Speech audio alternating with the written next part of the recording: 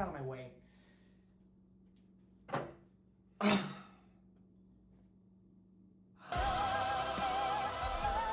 Hello, fellow Aussians, and by Aussians, I do mean deranged homosexuals. I come bearing news from our great wizard himself. Charlie Marie Kirk is dead! Oh. On September 10th, 2025, Kirk was assassinated during the American Comeback Tour by 22-year-old Tyler Robinson. This incident has taken over the entire world's news cycles for the past month. And in response to this, people in the United States have lost their goddamn minds. A grown man who fought for the truth. You people make me fucking sick. Bullshit! I just stopped. I love that guy. He would have been our next president. Calm down, Linda. That's a lot of emotion for safe. I'm really like giving like gay Linda right now. New persona unlocked. Let us be glad. Let us be gayful. Let us rejoicify that paupers could subdue the wicked toppings of you-know-who. This whole situation has been deeply fascinating to me, both as an intellectual and someone who has a penchant for putting myself through some of the most insane bullshit that you've ever seen in your life. Flags were being lowered at half-staff, there were vigils being held across the nation, including football stadiums, and all this fanfare for an influencer?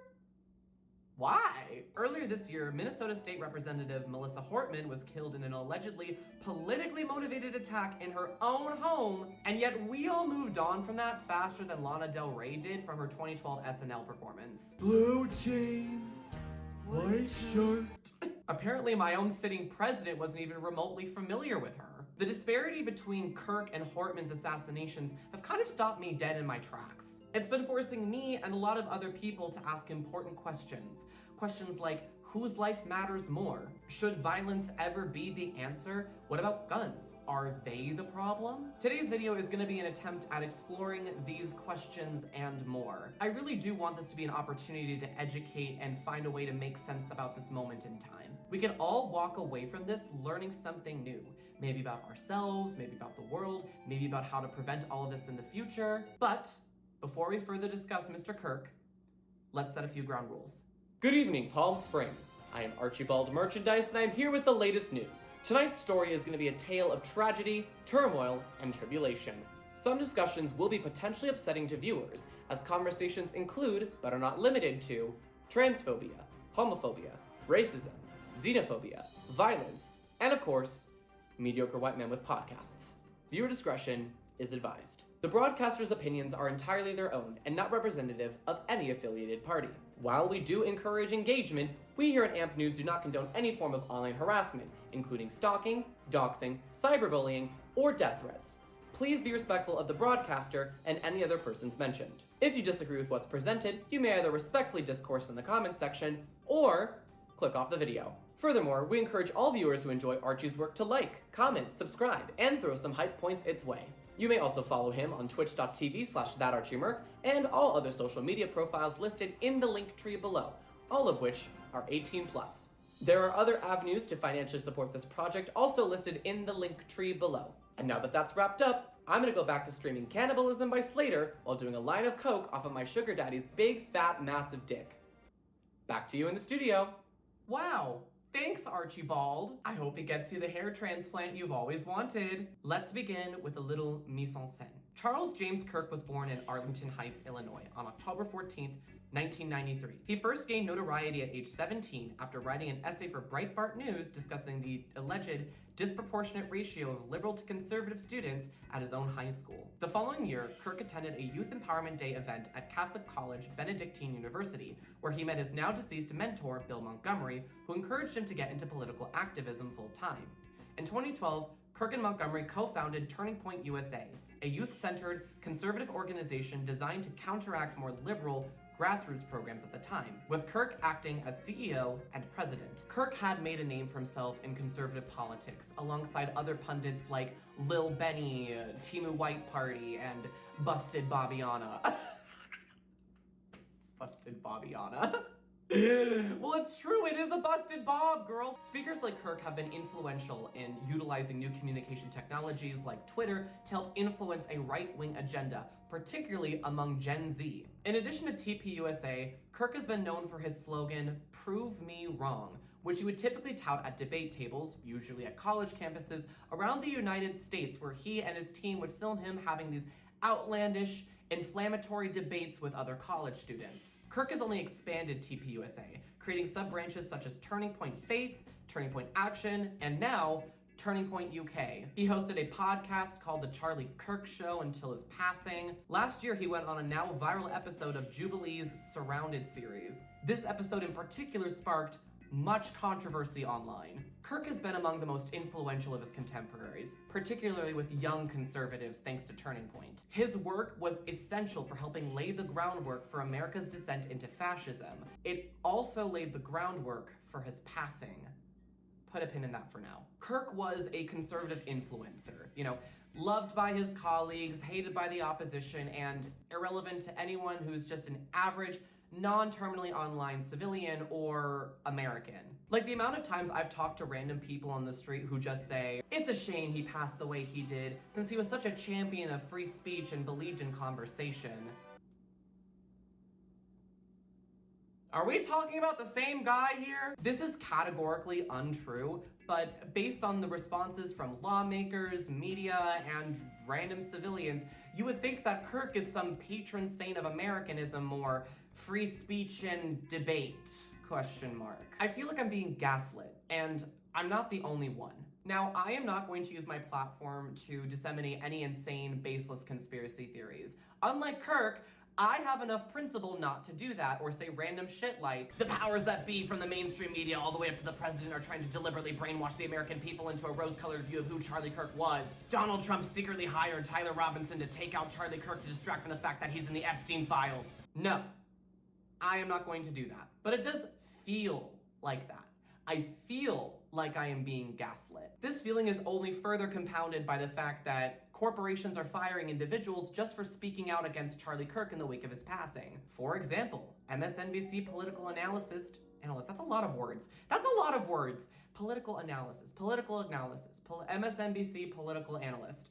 MSNBC political analyst. There we go. For example, MSNBC political analyst Matthew Dowd was fired shortly after criticizing Kirk on air. You may have seen that MSNBC recently ended its association with a contributor who made an unacceptable and insensitive comment about this horrific event. That coverage was at odds with fostering civil dialogue and being willing to listen to the points of view of those who have differing opinions. We should be able to disagree robustly and passionately, but ultimately with respect. We need to do better. Private corporations retain the upper hand here, as they have any right to fire anyone who they deem as a threat or harm to their public reputation. To prove that you were unjustly fired for criticizing Charlie Kirk is an uphill battle. This becomes particularly upsetting when the people most affected by these firings are minorities, the very targets of Kirk's politics. Karen Attiah, a former columnist for the Washington Post, announced on September 15th that she had just been fired for using her social media platforms to speak out against Kirk. In a subsequent Substack article, she wrote, "As a columnist, I use my voice to defend freedom and democracy, challenge power, and reflect on culture and politics with honesty and conviction. Now, I am the one being silenced for doing my job." At the time of writing, the Post has not made any further comments.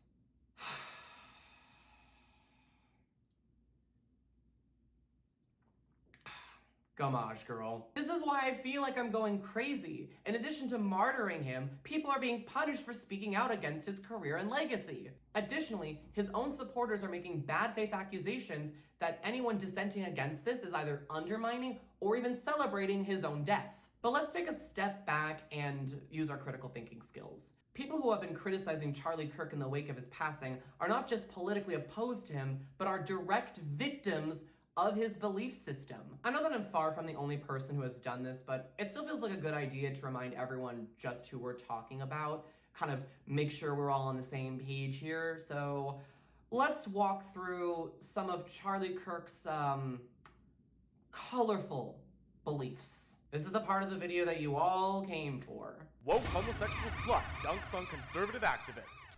Round 1. Gays and dolls. Okay, so this one is probably the one I am most qualified to speak on, both as someone who is of queer and non-binary experience. Charlie Kirk was not a fan of the LGBTs. In a podcast episode calling out Miss Rachel for cherry-picking the Bible to back up her support of Pride Month, Kirk had this to say. So you love God, so you must love his law. How do you love somebody? Here we go, folks. You love them by telling them the truth, not by confirming or affirming their sin. And it says, by the way, Miss Rachel, you might want to crack open that Bible of yours. In a lesser referenced part of the same part of Scripture is in Leviticus 18, is that thou shalt lay with another man shall be stoned to death. Just saying.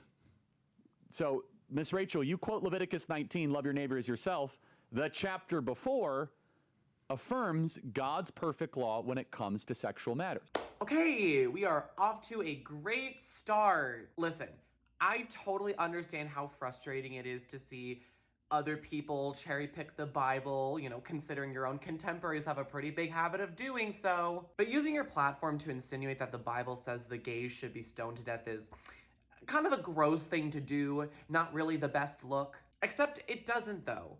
For someone who cares a lot about telling people the truth, you've certainly got the truth about Leviticus 18:22 incorrect. In the New International Version, Leviticus 18:22 says, "Do not have sexual relations with a man as one does with a woman.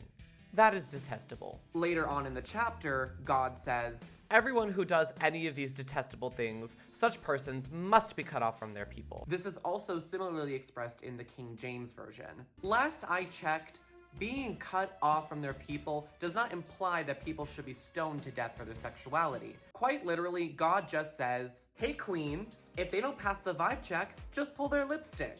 Kirk's decision to editorialize Leviticus 18 says quite a bit about his own personal politics, especially considering that Leviticus 18 is mostly a condemnation of incest, not homosexuality. This contempt becomes even more apparent when he discusses transgender people. Of course, there's the obvious, they're coming for your children. Science is real. Men can't become women. Look, it's Riley Gaines of I tied for 5th place with the trans woman fame. Did you also know that Charlie Kirk platformed a conspiracy theory that tech companies like Meta are trying to use their technology to turn all of your children trans? Yeah. He said, "The transgender movement is an introductory phase to get you to strip yourself of your humanity to mesh with machines. It's called transhumanism. They want you to say, okay, well, I can choose any gender. Why can't I just have like an exoskeleton of some sort of machine around me? This is what Meta is about, the metaverse, kids staring at screens all day long. This is documented, this is proven, this is where Silicon Valley is going. This is why they're so insistent on this transgender thing, because if you stop being a man, then maybe you could stop being a human being. Well, the agenda is kind of like Ready Player One meets Inception, where you kind of just hook up to a machine all day long and you're controlled by 5 companies that control your thoughts and your feelings, and the real world actually ends up being the not real world, where everyone just kind of wears goggles all day long. That's the deeper significance of the transgender movement that no one wants to talk about. Conservatives love a scapegoat. Typical punching bags include Latin American immigrants, drag queens, the entire religion of Islam. But since it's become less socially acceptable, especially after gay marriage, to go on the offensive with queer people, conservatives have defaulted to the next best thing: trans people. This idea that big tech companies like Meta are trying to turn all your children trans through their technology, it's complete horseshit, right? This is bullshit. Like, imagine going up to some rando on the street and saying, "Hey guys, did you know that the globalists are trying to use TikTok to make all your children inhuman through transgenderism?" What do you think the response is gonna be? Probably not the one that you want. Nurse? Yeah, nurse, he's out again. No, that wasn't me. Oh, my place at 4? Yeah, I can host. This illustrates an essential part of Kirk's rhetorical strategy: legitimization. Pundits like Charlie Kirk want to use whatever platform they can, whatever microphone they can get their hands on, to say whatever shit they want. Not because they believe they are right, but just because they can. That is precisely why platforms like Jubilee suck ass. Platforming people with belief systems so far out of the scope of reality in debates frames their point of view as legitimate politics. And by doing so, that shifts the Overton window in their favor. If you do this enough times, it becomes more socially acceptable to hold, debate, and express these ideas in the public arena, and worse yet, make laws in support of them. It doesn't matter to pundits like Charlie Kirk what he says, it only matters that he says. We call this phenomena, and stay with me here, stochastic terrorism. In a winter 2024 article for the New Mexico Law Review, Daryl K. Jones defines stochastic terrorism as those that attack or malign an entire class of people based on immutable characteristics or incite violence, intimidation, harassment, threats, or defamation targeting an individual or group based on their actual or perceived race, color, religion, national origin, ethnicity, immigration status, gender identity, sexual orientation, or disability. What differentiates stochastic terrorism from other forms of political aggression, of course, is plausible deniability. Suppose you're a certain disgraced children's author from the UK. One day, you use your platform to say, Imam Khalif's a biological male pretending to be a woman so he can abuse them in women's sports. We must defend women from harm! Which proceeds to trigger a mass online harassment campaign against Khalif for being trans. She's not trans, by the way. There's an added level of misogyny and racism at play here. When things get out of control and Khalif's reputation, mental health, and finances are harmed, you have the plausible deniability to say, well, I didn't ask for them to do that. All I was saying that we needed to protect women from being hurt in sports. Why is everyone so mad at me? Girl, you know why everyone is mad at you. Like, what if the talk isn't cheap?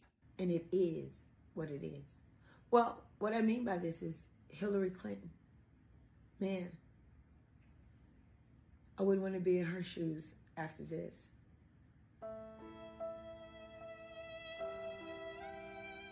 Transgender ideology, or transgenderism, are among the latest rhetorical strategies that conservatives use to demonize and vilify an entire class of individuals. By framing transness as not an inherent piece of who you are, but as a dangerous ideology that needs to be defeated, we remove the inherent humanity from an entire group of marginalized people, creating a political boogeyman. See also the way anti-Semitic conspiracists use the term globalists to describe people who are Jewish.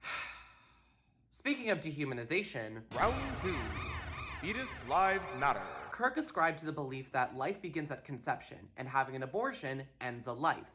Ending a life is murder, therefore, abortion is murder. That was like Logic 101, by the way, for all of my philosophers out there. If you're my freshman philosophy professor, I hope you're proud of me.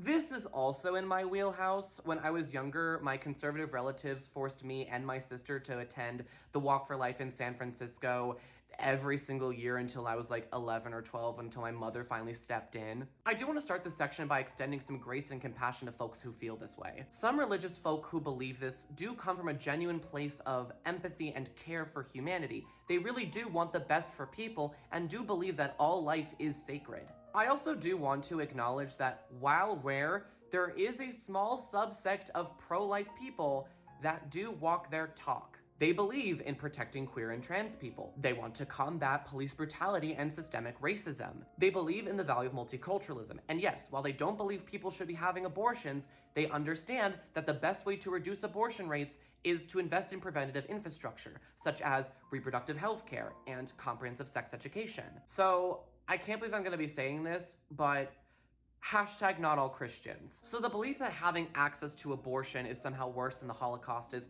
problematic for a couple reasons. The first is that not everyone agrees that life begins at conception, so using your platform to go out of the way to accuse people that support or have had an abortion of being complicit in a genocide is deeply upsetting, to say the least. The second is that the statement is deliberately provocative.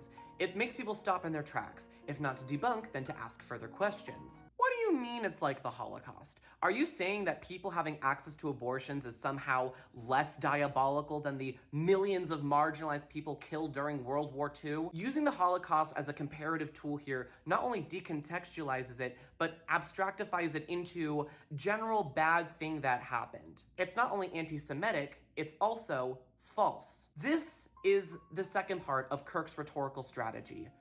Rage baiting. People like Kirk will say controversial shit deliberately to get you angry and put you on the offensive. That is why "prove me wrong" as a slogan is so effective. Kirk would say some stupid bullshit like, "Abortion is worse than the Holocaust," and then be bombarded by a flock of angry college students. And then he would pivot to the defensive, saying, "Look how crazy these activist woke liberals are. They're attacking me for my beliefs. Free speech is under threat." But you're the one that provoked them in the first place. You deliberately position yourself to be attacked. These carefully edited debates existed to reaffirm his audience's pre-existing biases against higher education, women, and other minorities. Oh, and Kirk had a lot of pre-existing biases, particularly against black women. Round 3. Misogynoir. Conservatives these days have been parroting the phrase DEI a lot lately. Before that, it was CRT or critical race theory. When I was a kid, it was affirmative action. The latest in a long list of racist dog whistles, of course, is DEI, which is short for diversity, equity, and inclusion. The thing about that, though, is saying the acronym aloud makes all of this anti-DEI rhetoric sound exactly what it is: racist. If someone were to say, "These diversity, equity, and inclusivity initiatives make me sick. They're giving slackers an unfair advantage over these hard-working Americans," you would be sounding just as stupid as you actually are. So people default to the acronym to muddy the waters. Charlie Kirk did not seem to like the fact that people of color were just a part of everyday life, especially in positions of authority and power. In response to former First Lady Michelle Obama and Associate Supreme Court Justice Ketanji Brown Jackson, Kirk had this to say. Joy Reid and Michelle Obama and Sheila Jackson Lee and Ketanji Brown Jackson were affirmative action picks, we would have been called the racist. But now they're coming out and they're saying it for us. They're coming out and they're saying, "I'm only here because of affirmative action." Yeah, we know. You do not have the brain processing power to otherwise be taken really seriously. You had to go steal a white person's slot to go be taken somewhat seriously. I don't even have a funny comeback for that one. That's just like a supremely fucked up thing to say, man. Saying a woman of color, especially a black woman, does not have the brain processing power to be qualified to be in a position of power and authority is just incredibly racist. Like, this is the exact same rhetoric that white people used in the South to justify chattel slavery. Of course, some people watching the video are gonna say, "He didn't say all black people, calm down." Okay? Does that make what he is saying any less racist? This specific prejudice does have a name. It's called misogynoir. The term was coined by writer and associate professor at Northwestern University, Moya Bailey, in 2008. It's a term used to describe the specific prejudice that black women face in public life in Western countries, calling to mind the intersection of gender and race. Dr. Janice Gassam-Astar wrote about Megan Thee Stallion and her public reception during and after the violence she faced from Tory Lanez. In the September 2020 Forbes article, she wrote, "Contrary to what one may believe, money doesn't insulate black women from experiencing misogynoir. If those in positions of power and privilege are not shielded from misogynoir, then what protections do black women who are not in positions of power and privilege actually have?" Misogynoir can manifest against anyone, regardless of how much privilege or power they amass. Michelle Obama is a perfect example of someone who has faced intense misogynoir in her time in the public eye. Justice Ketanji Brown Jackson is another. Also on people who are black in America, Charlie Kirk had this to say. Now, were they trying to hijack her? Were these blacks trying to go rob her? Happening all the time in urban America? Prowling blacks go around for fun to go target white people. That's a fact. It's happening more and more. Do you ever notice how he just referred to them as blacks? Not people who are black, not black people, not African Americans, just blacks. Really laying on the 1950s cosplay a little bit thick there, aren't you, bucko? This illustrates a third dimension of Kirk's rhetorical strategy: divide and conquer. Similar to trans people, Kirk is utilizing an imaginary culture war to manipulate his audience into being afraid that there is this evil subclass of individuals that are trying to steal their wealth and political power. Trump invoked similar rhetoric during 2016 with his first presidential bid with "Build the Wall." The whole idea is that there was a bunch of wicked, drug-dealing, dangerous Latinas involved with cartels, illegally crossing the border of America and trying to steal poor white Americans' job and dump fentanyl into the streets. And because Donald Trump is the defender of the people, you should vote for him to protect your job, your community, and your income.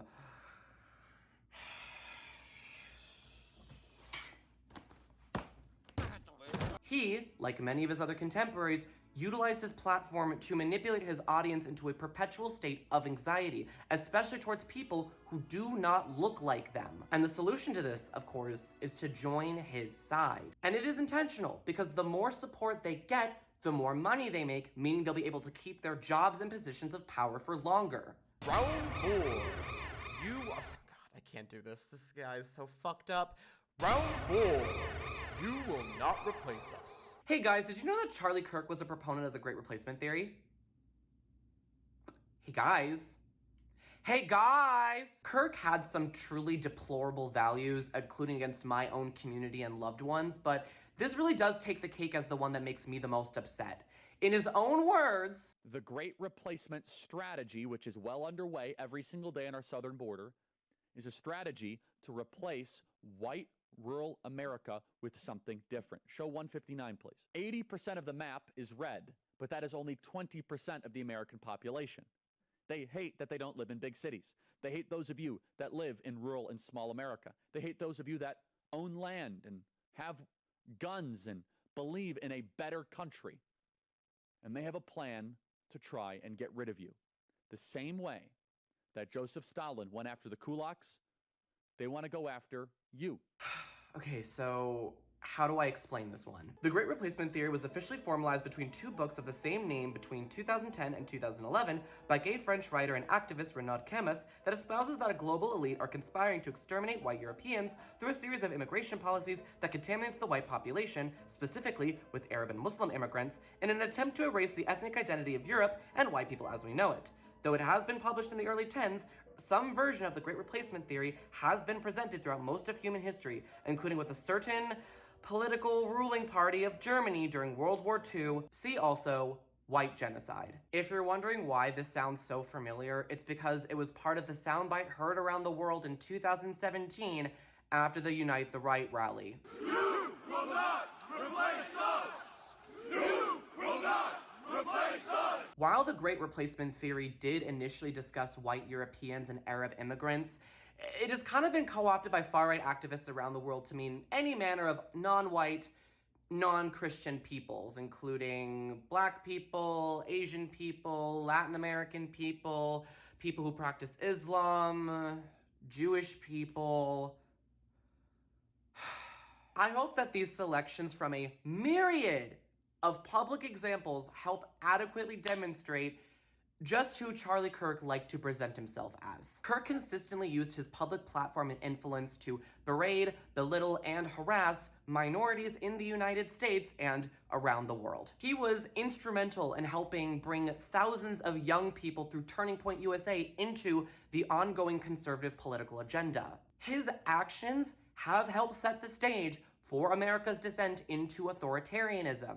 He was, by all accounts, a guy who sucked. I really cannot emphasize that enough. Now, there might be a smattering of individuals watching this video and saying, oh, but you took him out of context. That's not what he really said. Okay, is adding additional context going to make what he has said any better or change the core principles of those belief systems? No. No, it is not. No matter how much context is added to this situation, that is what he said.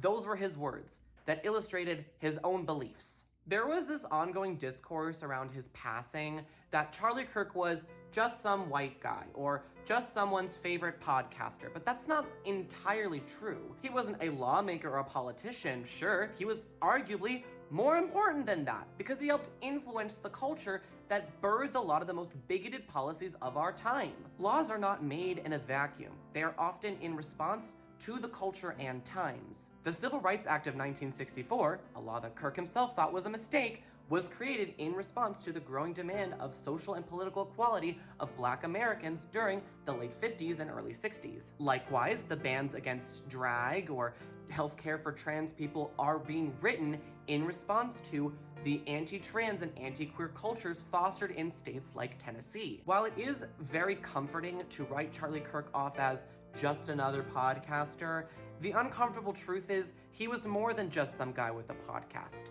He was a very influential political pundit. We would be doing ourselves a big disservice if we did not acknowledge the magnitude of his influence. No, people do not react the way they have been to a state politician dying because people do not care about lawmakers. They care about celebrities. And for better or worse, Charlie Kirk was a celebrity. We didn't expect it to be to this degree. I mean, not one home in the whole street is standing or is even hollowed out. They're all leveled to the ground. My patients were 6-year-olds with shrapnels in their heart and bullets in their brains, and pregnant women whose pelvises had been obliterated and their fetuses cut in two while still in the womb. These are just some of the examples of killings, of causing serious bodily or mental harm, of deliberately inflicting conditions of life calculated to destroy in whole or in part a people, that constitute the crime of genocide for which Israel stands accused. I'm everywhere, I'm so Glinda. I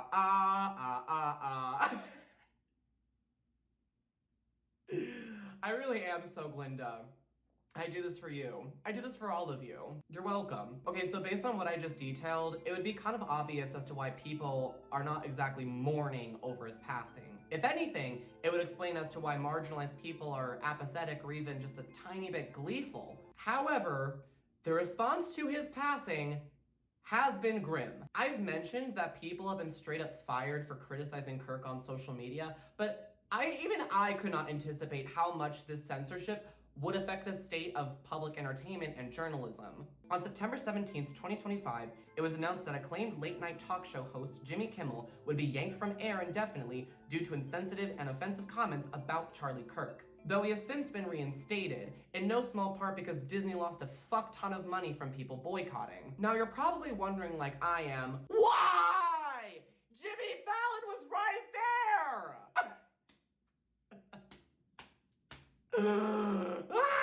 But in all seriousness, what horrible thing could he have said to have warranted such swift action? There was grieving. On Friday, the White House flew the flags at half-staff, which got some criticism. But on a human level, you can see how hard the president is taking this. My condolences on the loss of your friend Charlie Kirk. May I ask, sir, personally, how are you holding up over the last day and a half, sir? I think very good. And by the way, right there, you see all the trucks? They've just started construction of the new ballroom for the White House, which is something they've been trying to get, as you know, for about 150 years. And it's going to be a beauty. Yes. He's at the 4th stage of grief, construction. Oh, that's it? That's the comment that got him fired? A comment about our own sitting president appearing to show no compassion or empathy in a street interview? When it wasn't even false? He wasn't even wrong? Mind you, disgraced comedian Matt Rife made a far more insensitive and disturbing joke about domestic violence against women, and not only have his Netflix specials still been kept on streaming, but he was financially rewarded for it by the conservative talk show circuit. Gamage, girl. Kimmel's suspension came after Brendan Carr went on a podcast calling for Disney and ABC to take action against Kimmel. Following his suspension, the telemedia marketing conglomerate that owns numerous ABC affiliates, Sinclair Incorporated, issued this statement. Sinclair's ABC stations will air a special in remembrance of Charlie Kirk this Friday during the Jimmy Kimmel Live's time slot. The special will also air across all Sinclair stations this weekend. In addition, Sinclair is offering the special to all ABC affiliates across the country. Sinclair will not lift the suspension of Jimmy Kimmel Live on our stations until formal discussions are held with ABC regarding the network's commitment to professionalism and accountability. Sinclair also calls upon Mr. Kimmel to issue a direct apology to the Kirk family. Furthermore, we ask that Mr. Kimmel make meaningful personal donation to the Kirk family and Turning Point USA. This is bullshit, right? Demanding that Jimmy Kimmel make a donation to Turning Point USA as part of his apology, an organization that he has zero love for? That's fucked up, right? Especially because the joke itself wasn't even about Kirk. It was about Donald Trump. I find it ironic that the protect free speech crowd only care about doing so when it applies to themselves. In fact, this whole moment in time seems to be the biggest mask-off moment for the protect free speech crowd I have seen in my entire life. They don't care about protecting speech. They care about saying whatever fucking shit they want without any sense of consequence. I hate to bring up this example since everyone else is. Look, I'm a trendsetter, not a follower. But a recent example of this kind of hypocrisy, of course, is when Fox News host Brian Kilmeade went on air and suggested that unhoused people who refuse treatment should be euthanized. No firing, no suspension, no whatever, just a notes app apology and a slap on the wrist from the network. The difference in response between Kimmel and Kilmeade illustrates a few uncomfortable realities. The first is that it doesn't really matter what kind of controversial thing you say on air, as long as the people you're discussing are not widely recognized as human. Unhoused people in the United States are not seen as human beings capable of autonomy. At best, they are infantilized, and at worst, they are straight up demonized. I grew up in the San Francisco Bay Area, and the fear, paranoia, and disgust that was expressed towards unhoused people from individuals from more affluent neighborhoods like Livermore or Santa Clara is just, it was mind-boggling. It was absolutely insane. People in America do not see the unhoused as human. That's why Kilmeade can get away with suggesting state-mandated euthanasia, because the general mistrust towards unhoused people is overwhelming. In contrast to this, there was no cultural consensus against Charlie Kirk. The second reality is that most people don't actually care about free speech. It is a principle that some people strive for, but in reality, most of us don't care about it until we're being punished for it. Only then do we complain to the manager. Never mind that people take the time to reflect, analyze, have conversations, and potentially understand why what they're saying is harmful and hurtful. The third reality, and this is the scariest one, is that there are a number of ways that the federal government can in fact work around the First Amendment. Just so that we're all brushed up on our constitutional lingo, the First Amendment says, Congress shall make no law respecting an establishment of religion, or prohibiting the free exercise thereof, or abridging the freedom of speech, or of the press, or the right of people to peacefully assemble and to petition the government for a redress of grievances. When I was in We the People my senior year of high school, we were all encouraged to carry around a pocket constitution at all times. Probably should get back into doing that. That was pretty cool. I was in Unit 6, by the way. Shout out to Anna, Krishna, and Ning. That's why I ended up a shitty YouTuber. The First Amendment stops US Congress from making any law that censors speech. What it doesn't do is prevent private corporations from firing people for self-expression. Nor does it stop our president's lapdogs from pressuring these corporations into firing employees for what they say on air. And that is how we end up in a country where the most powerful politician in the world can log on to Truth Social and pressure NBC to fire Jimmy Fallon and Seth Meyers. Need I remind you, this is all because Jimmy Kimmel said a joke about President Trump, barely acknowledging Kirk's death in a street interview. Now, I want to be fair and balanced and say that this has also happened to conservatives in recent years. In a recent episode from Surrounded, British-American journalist Mehdi Hassan went on Jubilee to debate 20 conservatives this past July. This episode of Surrounded was arguably more upsetting than Kirk's because it was basically just a bunch of white men telling an immigrant and a person of color that they don't want him in their country. Listen to me. I am an immigrant. I'm speaking from personal experience. Get the hell out. I don't even like... I should get the hell out. Yes. Why? I don't want you here. In the episode, a man named Connor Estelle went viral while debating Hassan for gleefully self-identifying as a fascist. You're a little bit more than a far-right Republican. Hey, what can I say? I think you could say I'm a fascist. Yeah, I am. Did anyone else think we were gonna be here in 2025? I mean, I knew it was over the moment Kamala announced she was running for president, but that doesn't make this any more bearable. Estelle was subsequently fired from his day job. However, the difference between Estelle and Kimmel is that while Kimmel was in corporate limbo, fundraisers for Estelle began immediately after he lost his job, netting him $30,000. Oh my God. Can I have $30,000? If there are any sugar daddies watching, I don't bottom often, but I'll bottom for you. Estelle lost the battle, but he certainly did not lose the war. He was martyrized for his noble sacrifice to the cause. Again, one person was quoting anti-Semitic philosophers and doing a Holocaust denial, and the other made a joke about Donald Trump. This is America. So now that we've explored one side of the aisle, let's flip to the other and see what conservatives are saying in response to Charlie Kirk's death. Hold on, let me just take a look over here real quick. This is my own life. Charlie Kirk, right here in Utah. Sounds like the shooter was a approach. Can't wait to find out where she works. You have no idea what you just have unleashed across this entire country. It's not politics. A man spoke up for what he believes in and he got shot in the neck over it. And you couldn't stand there and call my name out. My name. Oh! I'm sure that there are plenty of Republicans and conservatives in America that have had perfectly normal responses to Charlie Kirk's passing. But the ones with the biggest platforms are not. For example, FBI Director Kash Patel had this to say in the wake of Kirk's passing. Rest now, brother. We have the watch. And I'll see you in Valhalla. I'll see you in Valhalla is crazy. That is so corny.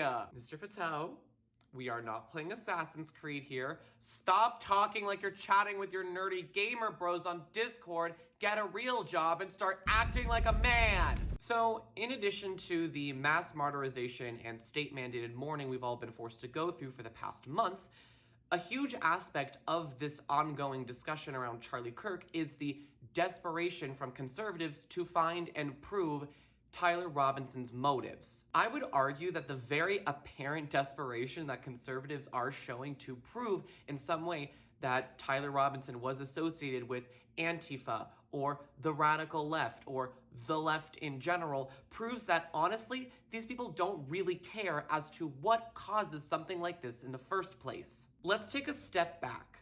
Why would someone want to kill Charlie Kirk? This is a trick question because the answer is quite simple.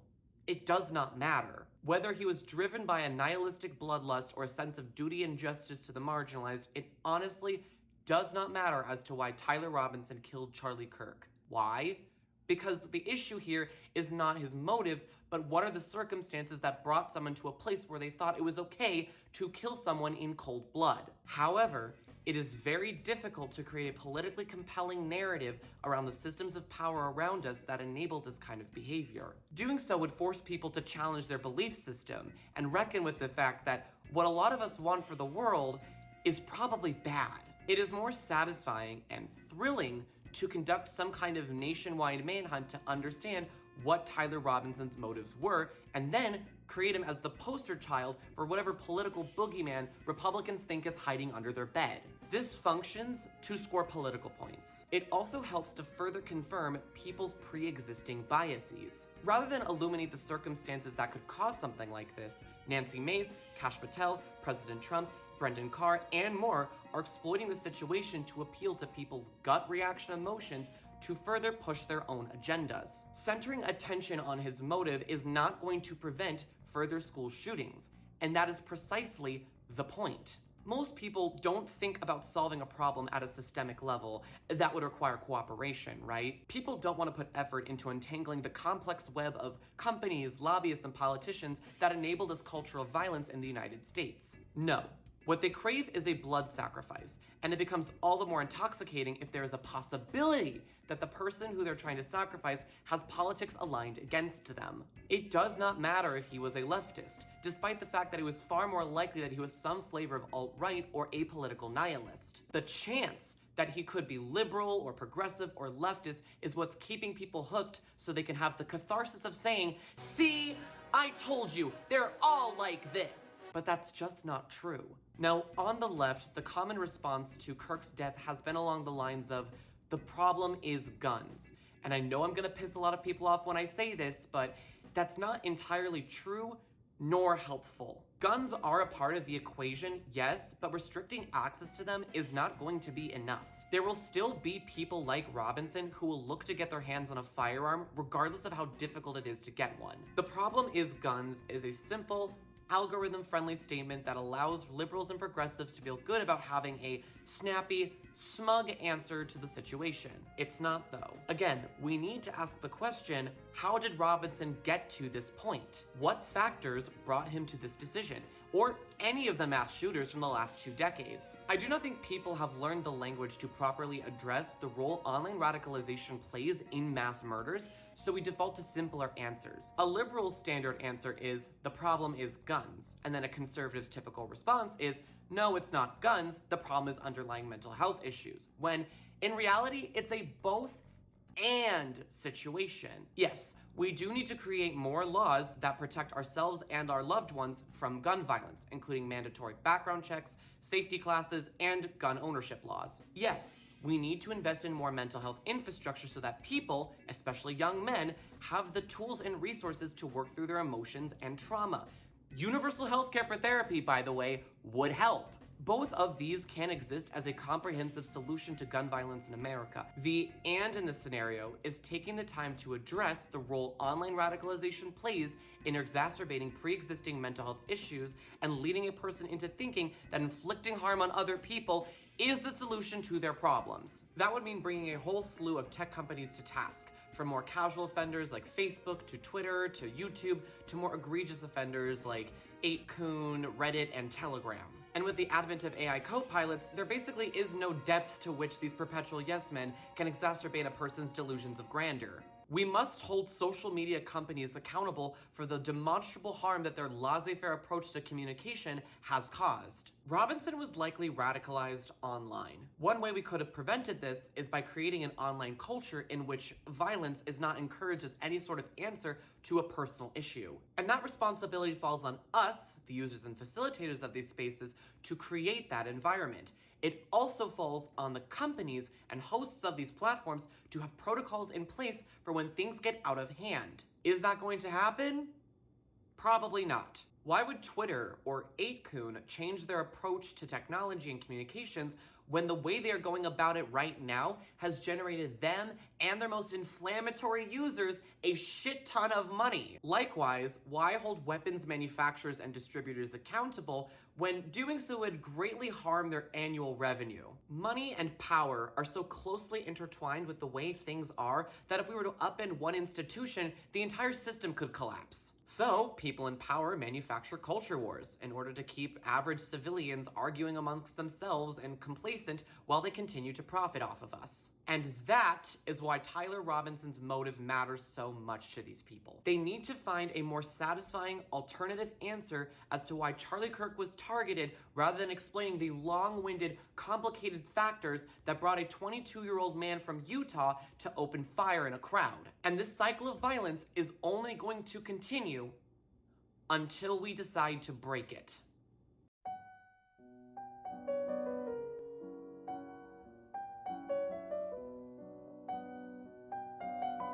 Growing the section in a closet. I mean, I was never in the closet. Even when I was outed to my family, no one was surprised because the closet was glass. I'm doing great. When the news first broke, I remember going into my day job filled with a sense of glee. I was ecstatic that there was one less person in the world using their power and influence to terrorize people like me. However, not all of my coworkers shared my feelings. One of my close colleagues had just seen an up-close video of him getting killed minutes before walking into her shift, and that was deeply upsetting. So me bringing up my positive feelings actively triggered and upset her. And the crazy thing is, she completely agreed with me that his deplatforming was a net positive for the world. She agreed that he used his power and influence to make the world a worse place. But she couldn't even bring herself to be joyful, let alone apathetic at the situation. This also upset my supervisor. When I was apologizing to her in the back, I said, "I'm really sorry for being insensitive and not reading the room. I understand that not everyone is going to feel the same way that I do about something like this. I don't want people thinking that I'm some psychopath who enjoys when people get killed. What happened was terrible." She then cut me off and said, "Archie, he was murdered." And that was the end of the conversation. I have not seen an expression like that on a person before or since. It was haunting. I think about it often. And yeah, she was right. Charlie Kirk was murdered. I don't think we're doing any favors denying that reality. A wife lost her partner, a child lost their father, and a father lost their son. That sucks. That really does suck. By all accounts, Charlie Kirk was one of the worst human beings to ever have a public platform, someone that I have encountered in my life, and yet he meant something to someone else. And as much as I want to argue and reason that away, I can't. I can't take that away from someone else. And that makes me uncomfortable. That really does. Something that has brought me a lot of comfort in conversations with my own community and my friends is the phrase, there is no right way to react to this. There is a wrong way to react to this, and we'll get to that in a minute, but there is no right way. Yes, it is extremely cringy to watch Dean Withers go on TikTok Live and bawl his eyes out over the death of Charlie Kirk. But it's valid. Everyone is going to react to death differently, especially the death of a divisive figure such as Charlie Kirk. In that same breath, though, I do want to remind people who are upset about this for whatever reason that most people that are apathetic or even celebratory of his passing are not celebrating a person dying. They are celebrating the deplatforming of harm. As I've just illustrated through some examples, Kirk's work and beliefs have caused demonstrable harm to marginalized people in the United States. Turning Point in particular was extremely influential in helping shape a generation of right-wing nutjobs to carry on the legacy of the cult of MAGA long after Donald Trump has passed. And this will only further erode the fabric of my country. I am more than happy to acknowledge the loss of life, the act of violence that took it, and the pain his loved ones might feel. I wish nothing but peace, healing, and privacy for his children while they grieve. But I also refuse to be dismissed when people try to silence my concerns about whitewashing his career. The harm Charlie Kirk has done should not be ignored, especially in the wake of his death. And his death has become a pretext for some of the most heinous shit I have seen in my life. The cost of Kirk's death is not just the Trump administration upping censorship on journalism or the unethical termination of employees for fairly criticizing his life and legacy, it is also the exacerbation of an ongoing witch hunt. So now is the time where we finally come back to the trans conversation.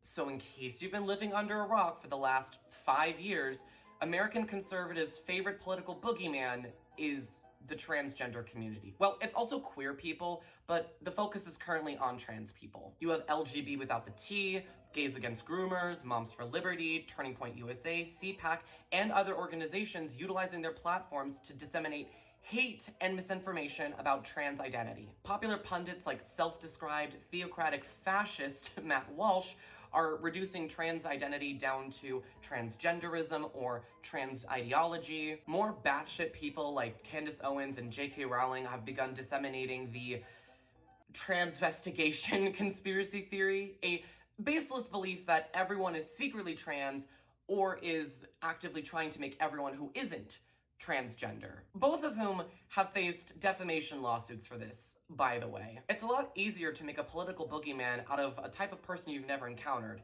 That's why anti-black segregation in the South was so effective. How can someone see a person who is black as human if you've never encountered them in day-to-day life, let alone as a colleague, friend, or lover? I am living proof that exposure is one of the most effective ways of changing someone's politics. Before I was outed, most of my close relatives were conservative and religious, and yet my lived experience proved all of their preconceived notions about queerness, gender identity, and sexuality false. Loving me as I am has not only changed their minds, it's changed their politics. I really do want to believe that if most people just talked to a trans person about their experience for like 10 minutes, they would change their minds and open their hearts. Maybe not all of them, but hopefully at least a good chunk of them. But then we also have to consider how small the current out and presenting transgender population is in the United States. Mix that together with how many conservatives come from homogenous environments, and suddenly it becomes a lot easier to understand as to how the powers that be have created this political boogeyman. If you're a blue-collar worker living in northern Idaho, who are you going to listen to?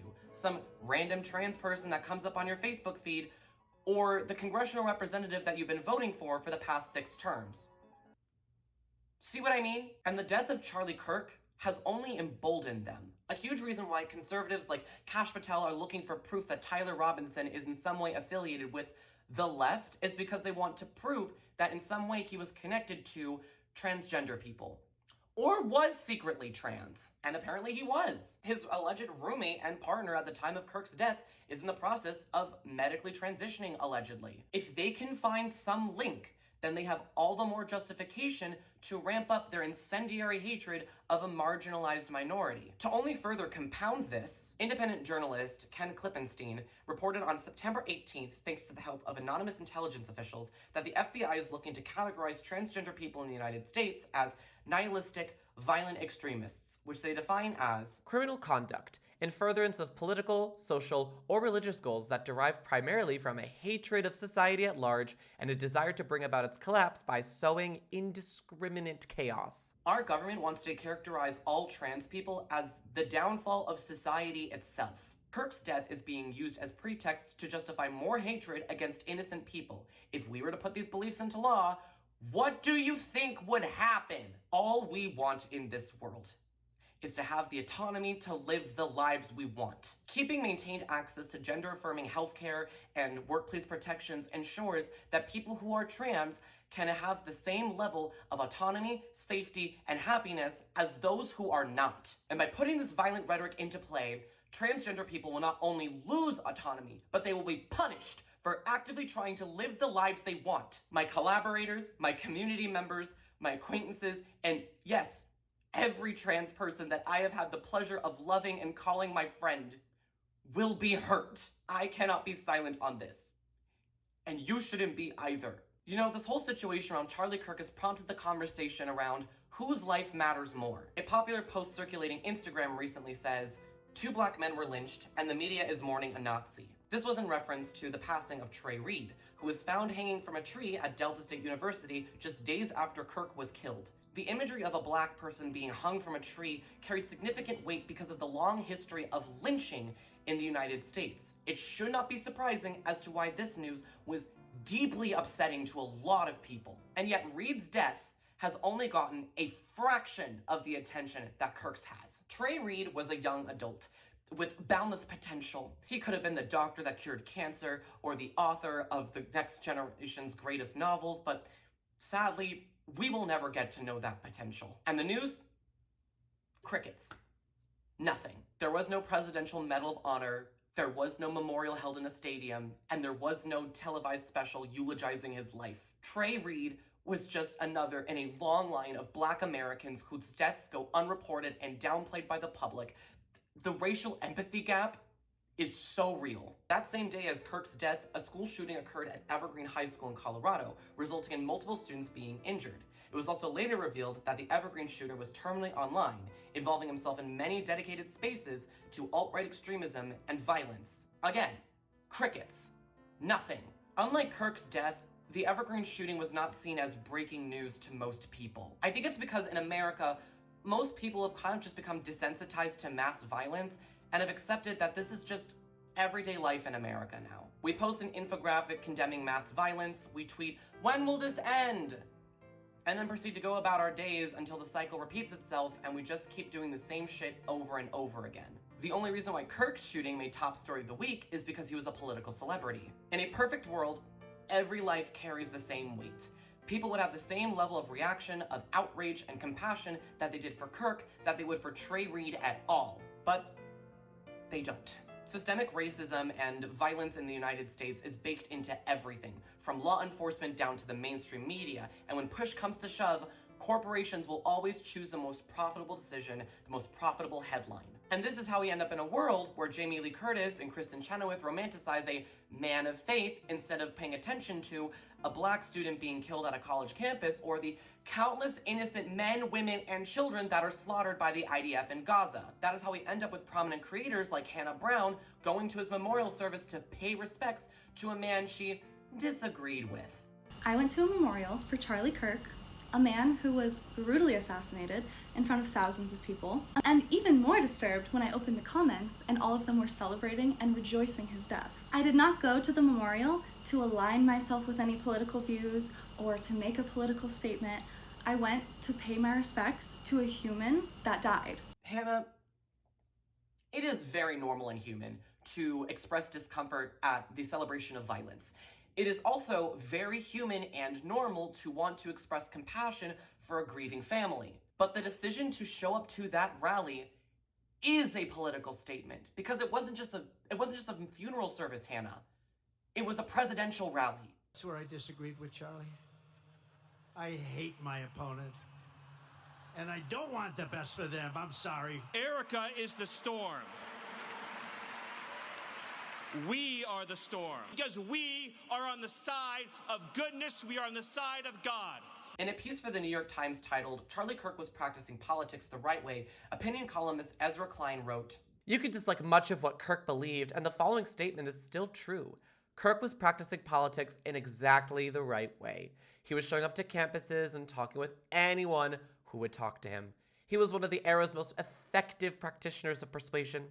When the left thought its hold on the hearts and minds of college students was nearly absolute, Kirk showed up again and again to break it. Slowly, then all at once, he did." College-age voters shifted sharply right in the 2024 election. Mr. Klein, his politics and persuasion was built on shame and provocation. He went to college campuses to reaffirm his audience's biases against higher education and minorities. He didn't persuade people through empathy and compassion or understanding. He did so through carefully edited humilitainment. These dialogues did not exist to create mutual understanding to solve problems, but to garner clicks and engagement.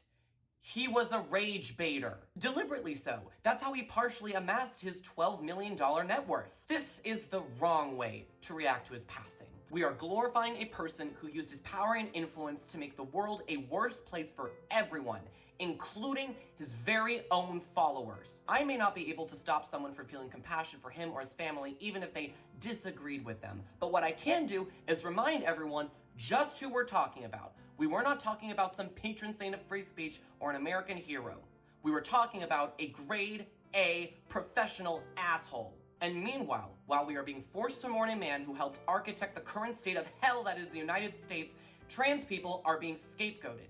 Innocent individuals who are trying to live their lives are being scapegoated and thrown under the bus for the sake of culture war bullshit to keep us all divided. And I fear that it is only going to get worse. If you're trans and you're watching this, I am so sorry. You don't deserve this. You don't deserve any of this. The trans community has always been here and will continue to be so long after these idiots have left us. I'm sorry that people are scared of something they don't understand. I'm sorry that people see you as an easy target because they don't know any better. And I'm sorry that politicians are utilizing you and your livelihood as an opportunity to maintain power. You are loved and beautiful just the way you are. And I hope you never forget that. Do you see that? Fire is catching. And if we burn, you burn with us.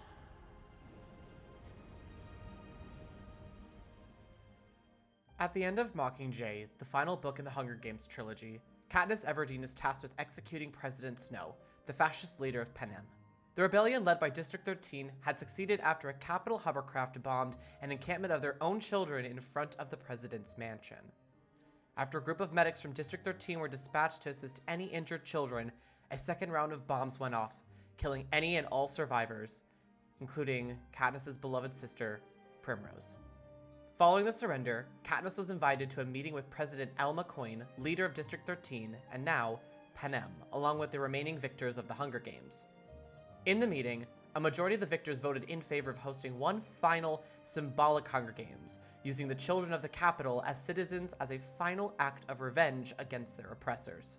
In addition to this, Katniss had one final meeting with President Snow before his execution, in which he revealed that it was President Coin who bombed the children and medics in front of the president's mansion, meaning the very leader of the rebellion Katniss swore to was the reason her sister died. Adorned in her signature Mockingjay armor, Katniss struts down the heart of the Capitol with a single arrow in her sheath.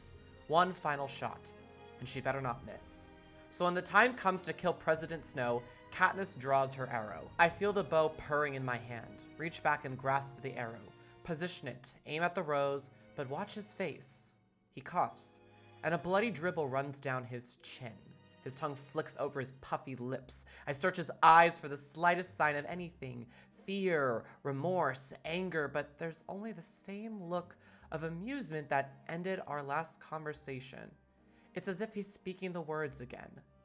Oh, my dear Miss Everdeen, I thought we had agreed not to lie to each other.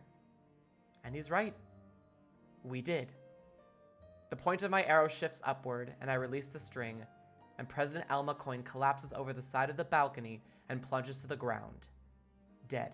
With the power that she was gifted, Katniss uses one final arrow to end the perpetual cycle of violence, not by killing the man responsible for the loss of so many of her loved ones, but the woman who would only continue that cycle for someone else. Maybe it was to avenge her sister, maybe it was to stop the pattern, maybe it was both. But Katniss' decision brought about a peace to Panem that, hopefully, would last for generations to come. Okay, so why did I include that section on the Hunger Games? Well, for starters, it was to act as a contrast with Tyler Robinson's actions.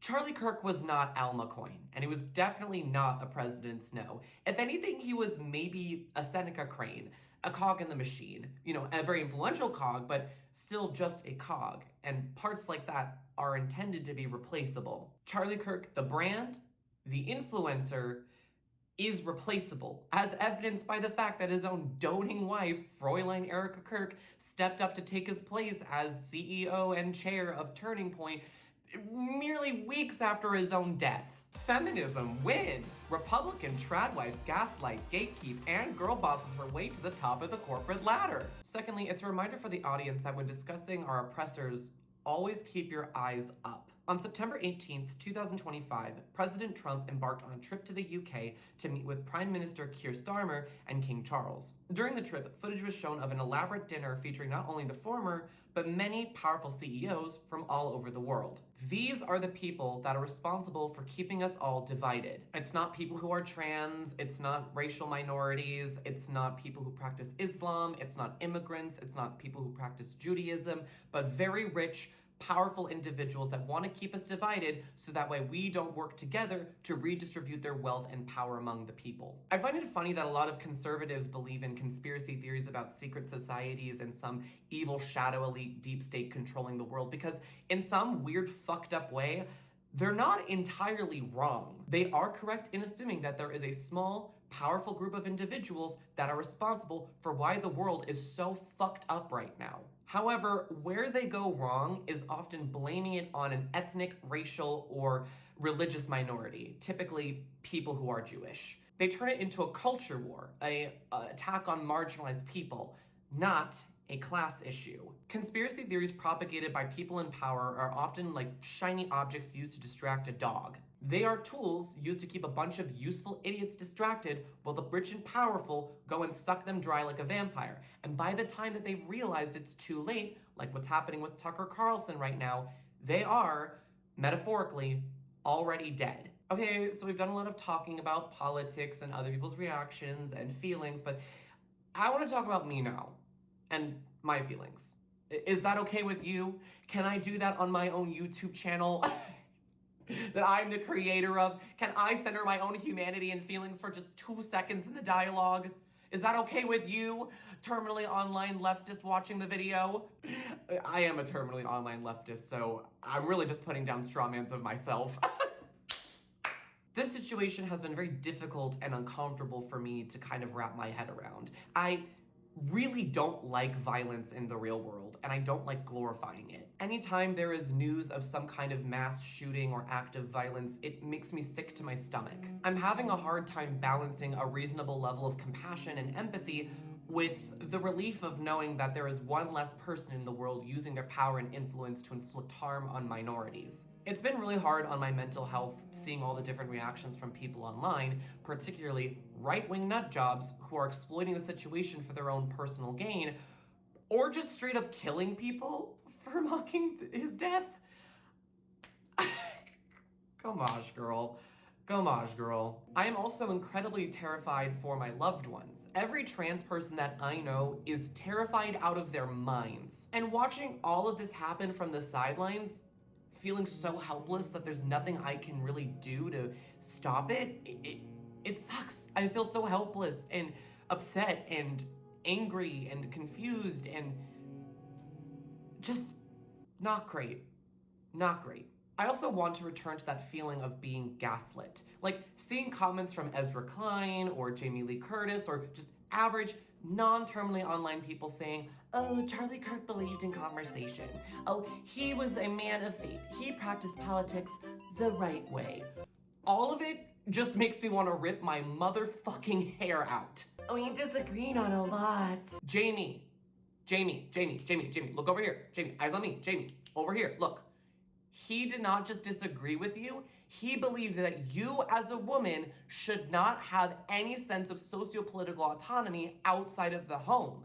It's not just disagreement, girl, it's subjugation. If we were to put his belief system into practice, people who disagreed with him would have significantly less socio-political autonomy. People who agreed with him would have less socio-political autonomy. And some people would straight up just be dead. Framing Charlie Kirk's honestly bigoted belief system as something to be disagreed with not only minimizes his influence and the damage it can cause, but also frames fundamental human rights, such as autonomy over our own bodies, as something that can be debated. And I don't want to debate whether or not I have the right to marry someone that I love. Of course, I don't believe that's justification for killing someone, but quite frankly, I'm also tired of having to say that. I'm tired of having to qualify all of my criticisms with his legacy with, oh, but that doesn't mean he deserved to die. That should just be a given at this point. The assassination of Charlie Kirk has set across an entire chain reaction of events that have given people in power all the more pretext to whip their fan bases up into a frenzy against transgender people. If this was done because Tyler Robinson was some form of alt-right nihilistic psychopath, well, that's definitely gonna make people want to join your cause, Gorge. But if it is true that this was some kind of vigilante justice, I honestly think that is worse. In a Homeric quest to put the bad guy down, Tyler Robinson has committed more harm to the very people that he has tried to protect. This is why I struggle to believe that seeking out violence is the answer in 9.8 out of 10 scenarios. Violence is often impulsive, irrational, and emotional. It rarely, if ever, is logical. Think about the person who tried to take out President Trump at his own rally last year. The aftermath did not result in him stepping down from his presidential campaign out of fear of being assassinated. No, it only emboldened him and created a mythology around Trump being this martyr, the image heard around the world. And if you think the press around Trump's assassination was annoying, imagine how bad it's gonna be if that happens. In fact, you can't imagine how bad it is, because we're getting a fucking knockoff demo version of it with Charlie Kirk's death. I have a question. Why do we wish death on someone? Because a dead person cannot act.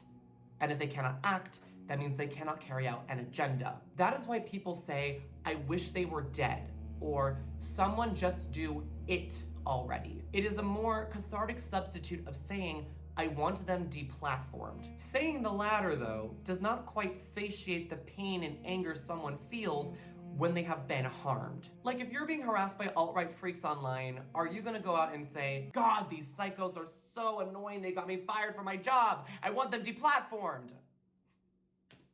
See what I mean? It just doesn't really hit the same. We tend to resort to the most volatile, primal language we know to express the gravity of our pain and anger. And sometimes people crave a more immediate solution than the long, complicated process of deplatforming a person with bigoted politics. And death is a swift, permanent deplatforming. The issue with that, though, is that actively seeking out violence against prominent figures can give systems of oppression all the more justification to spring into the offensive when given the right opportunity. Murdering Charlie Kirk gave the Republican Party all the more reason to ramp up violence and hatred against minorities in the United States. Just any minority. Pick one. Trans people, people of color, leftists, you name it. I think chronically online people tend to romanticize violence, like they're wishing death upon a bigoted person or yearning for a political revolution, because they seek a catharsis for feeling powerless in their everyday lives. One person alone cannot topple a system, and the process to organize, litigate, protest, etc., that's a complicated and long-winded process. So a quick fix and satisfying alternative is violent ideation. Now, there is some version of this counter-argument against the violence is never the answer crowd that goes along the lines of, fuck your respectability politics. Queer liberation was not won by playing nice with bigots. Get up and punch a Nazi, you fucking pussy. And I agree. Emma Watson trying to extend grace and compassion to J.K. Rowling despite not remotely deserving it is noble in theory, but useless in practice. However, let us remember that while the first Pride in America was a riot, say it with me, Drag Race fans. That was fighting for gay rights, and people were killed. Nobody was killed at Stonewall. Nobody was killed? Nobody was killed at Stonewall. Nobody was killed at Stonewall, and that's precisely why it is so widely remembered as a cornerstone of LGBT liberation. Nobody knows who threw the first brick, but what we do know is that the Stonewall riots began as self-defense from an act of violence from the police. And violence as self-defense, in my opinion, is valid. Early this year, in response to aggressive military occupations in Los Angeles, citizens cooperated to protect their neighbors from ICE raids. They created warning infographics to be shared, recorded footage of police violence from the ground, and coordinated protests that would not only make noise, but obstruct ICE from acting. And those protesters looked cool as fuck. I also think a lot of people would benefit from understanding the difference between seeking out violence against people and seeking out violence against property. How to Blow Up a Pipeline by Andreas Malm is a brilliant meditation about environmental justice and the value of property violence against climate criminals. Not only does he discuss his own experiences with obstructing oil companies, but he also makes a very clear point that violence against people is counterintuitive to any liberation movement. I highly recommend reading this. I mean, I finished it on a camping trip last year in Hell's Canyon, Idaho. There really is nothing like reading a red book surrounded by untouched nature during sunrise. I really do empathize with people who want these assholes gone. I am right there with you. I will more than happily chant because I want that institution eradicated and the people that participate in the war crimes in Gaza held accountable for their actions. I also feel blood-curdling rage when I see an Israeli soldier hold up a pride flag amid the rubble of a mosque. But you'll have to excuse me if I'm not interested in participating in the various quote tweets of J.D. Vance saying he should choke on the couch sheets. Seeking out violence against property, or violence as a means of self-defense, I will never judge a person for participating in that. Making a plan, seeking out acts of violence against people, hard pass. Very fucking hard pass. Seeking out active violence against individuals not only is antisocial and destructive and weird, it is also, say it with me, a PR nightmare for any liberation movement, which is arguably the worst thing that can happen. The unintended consequences of Kirk's assassination have left minorities in the United States more vulnerable than ever. My loved ones are more terrified than ever. And meanwhile, while all eyes remain focused on this, innocent people in Palestine are being slaughtered and starved, and the deaths of people of color continue to go unreported and unnoticed. There has to be a better way to go about this. I just don't know how. Alright, end of the video. Let's do it. The biggest downside to video essays as a medium is that people like to discuss issues without necessarily coming up with any solutions. People tend to watch these very passively, maybe as background noise, maybe to help them fall asleep, maybe to have something on in the background while they game or do chores. Video essays make people feel smart and informed, but then the viewers do absolutely nothing with the information that they have learned. At best, they act as confirmation bias not an opportunity to open up a nuanced dialogue. This is also why people enjoy posting infographics on Instagram or rage posting about the Trump administration on Facebook. It makes people feel like they are doing the work without actually doing any of the intense emotional, mental, or social labor of politics. On the one hand, you have said creators of these infographics or video essays, like myself, who use their gifts and talents to create something for you to enjoy and do the intense labor of politics. But then on the other hand, you have the consumers who passively receive the information, consume the product, and then dispose of it. It's an incredibly frustrating cycle. I don't mind being background noise, but like, that's what my Twitch is for, you know? Twitch.tv/thatArchieMerc. I try to be as solutions focused as I can. Even when discussing something as benign as RuPaul's Penitentiary for deranged drag artists, I try to approach the issue from a problem-solving perspective. If my work has helped at least one person do better, then I have done my job. The problem with this particular topic, though, is I don't have any solutions. I have suggestions, but nothing really concrete or confident, you know? But if I were to try to end this video with some form of solutions list, I would say this. Solution 1. Stop firing people for rightly criticizing Charlie Kirk's legacy. This is a no-brainer. Anyone who is politically opposed to Charlie Kirk, especially if they were direct victims of his belief system, have more than all the justification in the world to critique him, his legacy, and the state-mandated mourning going on. I hope that this video has provided more than adequate proof, but if you really think there needs to be more justification for criticizing him, just go watch any interview, public speaking event, podcast, radio episode that he was featured on, and he will back me up with his own words. Stop sanitizing his legacy and stop firing people for speaking out against him. Solution 2.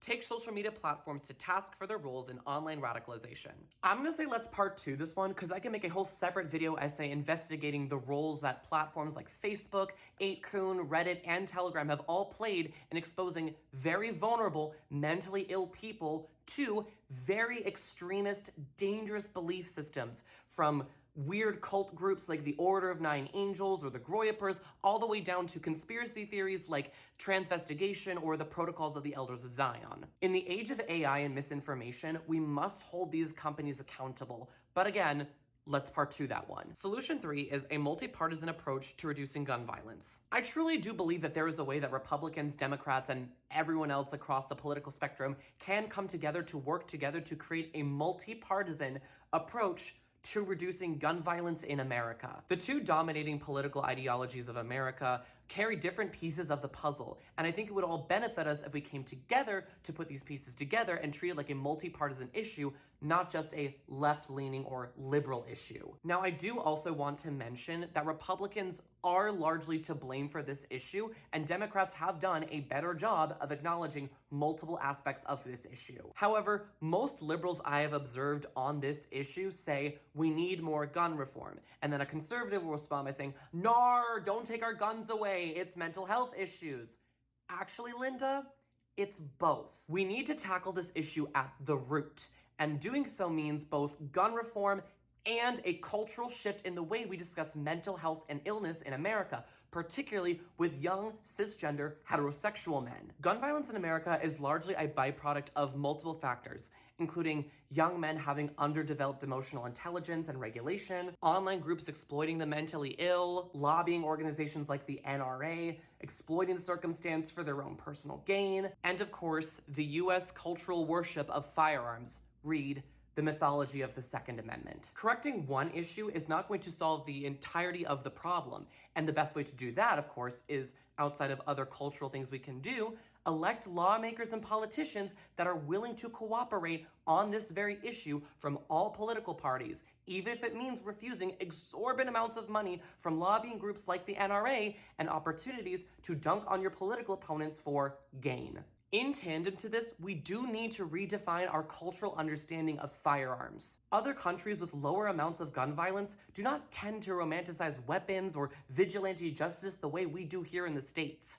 This needs to stop. Remember how at the start of the video I said that his work was essential for helping lay the groundwork for America's descent into fascism? It also laid the groundwork for his passing.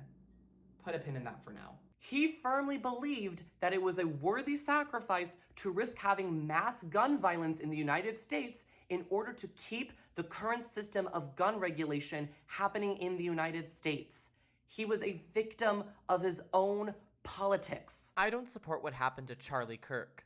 Charlie Kirk supported what happened to Charlie Kirk. Amethyst, you will always be mother. That is the greatest tragedy about this entire circumstance. It was entirely preventable. Reducing gun violence in the United States is going to be a generations-long struggle, and there will be setbacks, but the only way we're going to accomplish it is if we are going to get the task done. So start, we fucking must. Solution 4 is remember who the real enemy is. God, Suzanne Collins is a prophet! The tagline of the Hunger Games Catching Fire's promotional cycle was, remember who the enemy is. This was in reference to a hint Katniss's mentor, Hamish Abernathy, said the night before she was dropped into the arena for a second time. At the climax of Catching Fire, her ally Finnick Odair reminds her of those words, and instead of attacking the other tributes in the arena, she turns her arrow upward and uses the electric trap her other ally, Beatty, created to destroy the very prison containing them. The Hunger Games acts as an allegory for the different ways the ruling classes of the world throughout history have used fear and paranoia to sow mistrust and hatred against the working class to keep them fighting amongst themselves and not actively rising up against those who are with power. 5x5 Takes has a fabulous video essay going into more detail about how the Hunger Games is used as a political tool and why it failed. You should absolutely watch it in tandem with this project. Before you let your fear and emotions take over, I want you to answer this question. Who has the most power in the world? I'll give you 5 seconds to answer. Okay, pens down. If your answer included the following: Antifa, Black Lives Matter, transgender ideologues, the globalists, the deep state, the cabal, the Church of Satan, the Frankists, the religion of Islam, the Jewish bankers, the Hollywood elite, the World Economic Forum, the Global Weather Institute, or Archibald Merchandise. That is an F on the test, immediate suspension, get out of my class, bitch, I'll see you in summer school. No, there is no grand design to take over the world by some religious, racial, ethnic, or gender or sexual minorities. The only agenda most marginalized people have, if at all, is to reach the same level of socio-political autonomy and comfort as their privileged counterparts. Disseminating conspiracies like the ongoing transgender witch hunt happening here in the States is a tactic used by people in power to keep useful idiots distracted. If there is no unity or solidarity among the people, then they cannot come together to rise up and reclaim the power and autonomy that is rightfully theirs. Remember who the real enemy is a grim reminder of who's keeping us oppressed, and I promise you, it is not people who are trans. It's billionaires, CEOs, and government officials using their power and influence to keep us divided so they maintain their wealth, power, and influence. Now, some people might hear what I'm saying and say, Archie, you're so close! You are so close to cracking the code of the deep state. We've been telling you this the whole time. You know, I may not be the most attractive person in the world. I may not be the most persuasive, or the most wealthy, or the most popular, or the smartest. But what I will always have over any conspiracist is emotional intelligence. Unlike you, I am a social creature. I love humanity, and I am constantly in the pursuit of understanding and caring for it. The ruling class is not a dedicated organization. It is a collection of deeply insecure individuals trying to claw and desperately grab onto whatever power they've got for however long they can to avoid whatever deep-seated issues are lying in their brain. Maybe it's to bolster their own fragile egos, maybe it's to avoid the fear of death, maybe it's all of the above. They will cooperate with each other so long as it benefits them, and when it doesn't, they will stab each other in the back. That is how insecure people work. Diva, do you know how hard it is to get people in the same room? Like, unironically, try being a dungeon master. For D&D, try it. I am.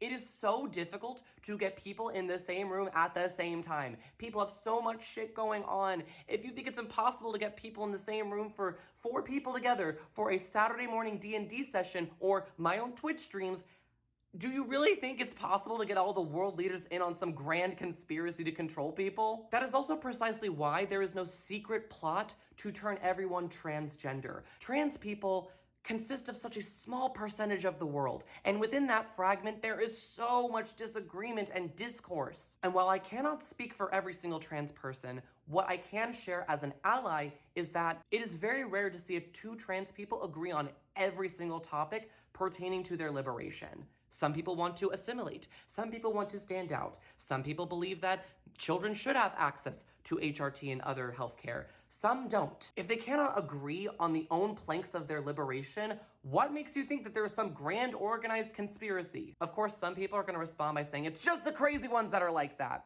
And at that point, I can't hold your hand anymore, Linda. You're going to have to solve this one on your own. To conclude this point, do not let people distract you with shiny objects and witch hunts. Stay focused, united, and let us all work together to reclaim, as Huey Newton said, all power to all people. Solution 5 is to create a culture of empathy. The final thing I want to touch on is this quote by Charlie Kirk. I can't stand the word empathy, actually. I think empathy is a made-up New Age term that does a lot of damage, but... He would later go on his Twitter account to write, "The same people who lecture you about empathy have none for the soldiers discharged for the jab, the children mutilated by big medicine, or the lives devastated by fentanyl pouring over our border. Spare me your fake outrage, your fake science, and your fake moral superiority." Okay, firstly, this is rage baiting. Let us remember our lesson from earlier. Keep calm and level-headed, class. Secondly, this particular belief that he holds is fundamentally antisocial. The basis of human survival is empathy. When you are making a new friend, how do you start that relationship? You start by finding common ground. Maybe it's a shared interest or hobby. Maybe it's that you're both bonding over a shared traumatic experience. Maybe it's commiserating over the same oppressive workplace environment. It's through that empathy that you start to look out for the other person. It starts with maybe buying them a meal when they're hungry, or giving them a hug when you haven't seen them for a long period of time, or celebrating them when they've built an accomplishment. Empathy is the basis of cooperation and survival. Humans are social creatures. We rely on each other to keep going. That is why people who are socially isolated rely on online spaces to simulate feelings of authentic empathy and relationships, because it is missing in their day-to-day lives. And the crazy thing is, Charlie Kirk did not practice what he preached. He was a father and a spouse. In order to maintain those healthy relationships, he had to have had some level of understanding of how to have empathy. What I think he meant by "I hate empathy" is "I fear empathy." And empathy is powerful, because if you empathize with a person, you care for them. And if you care for them, it makes it a lot harder to vote for policies that would actively harm them. That is why Kirk used his platform to instill fear-based politics into his supporters, because it is a powerful motivator in place of empathy. But it is not more powerful than empathy. Fear divides us, but empathy unites us. They don't want us to be empathetic with each other. They want us in a perpetual state of fear, anxiety, and paranoia to keep us exploited. They want us afraid of each other. And I'm not even asking for minorities to empathize with our oppressors. I'm not asking for marginalized people to sit down and have conversations with bigots. We already know how to have some basic level of compassion and empathy for our fellow man. What I am asking for is bystanders and our oppressors and those that are supporting these bigoted policies to have empathy for us. We are all suffering under this system. The only difference is some of us are actually more aware of what's going on and trying to do something about it. And to any conspiracy theorist watching this video, you are not that person. You are sleepwalking no more than your average apolitical person. In fact, you might be in a deeper slumber than they are.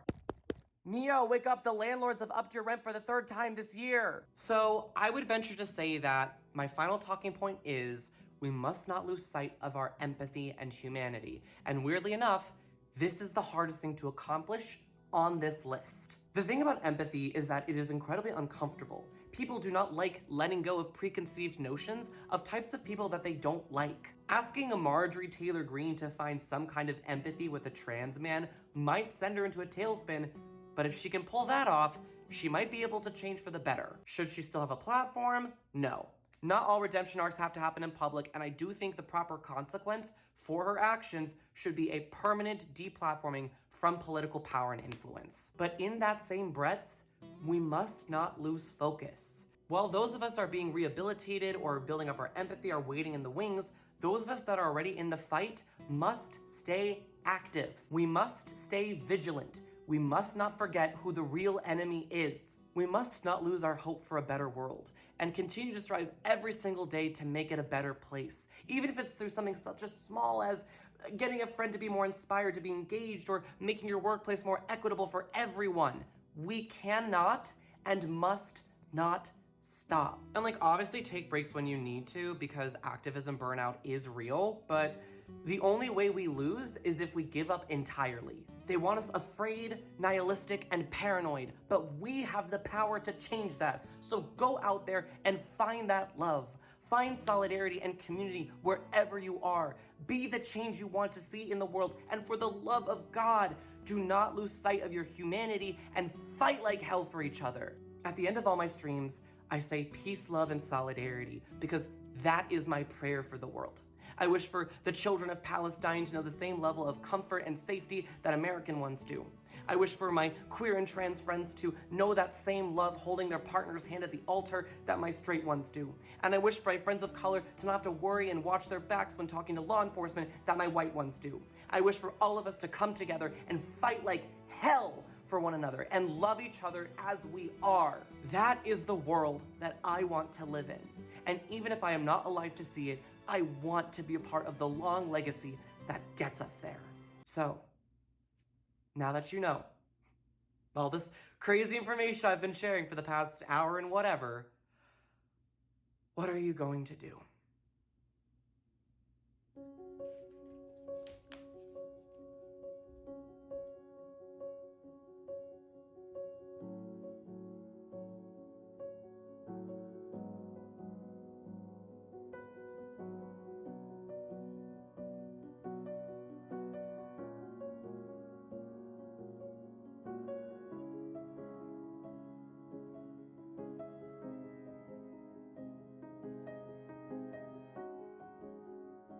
كل الحركات. I'm drinking tea and they're telling me to shoot them.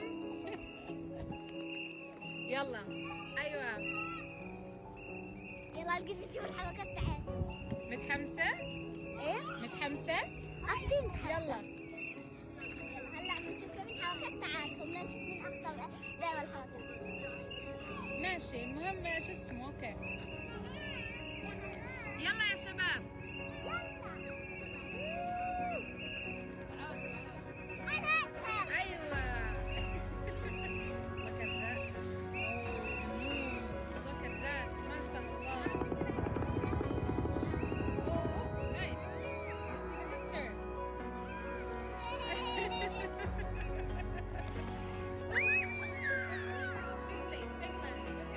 It was a rough landing. The helicopter is shooting. We are to the press tent. I'm drinking my tea, and children are enjoying the last minutes supposed to be in the genocide. شو اسمك أنت؟ عبد الرحمن. أنتي؟ مها. محلاكو؟ كتير حلو. صورت. يلا I need to post it before it's dark because I need to leave.